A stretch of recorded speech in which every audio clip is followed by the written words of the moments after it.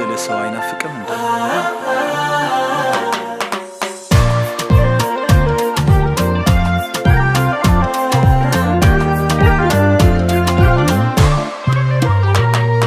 ላላይሽ ብዬ ደግሜ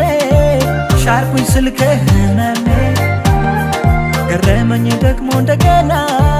ናፍቆትሽ በኔ ሲጸና ፍቅርን ትተሽ መራቅሽ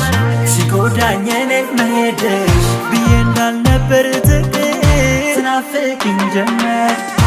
ናፍቀሽኛል ናፍቀሽኛል ናፍቀሽኛል እንጃንማ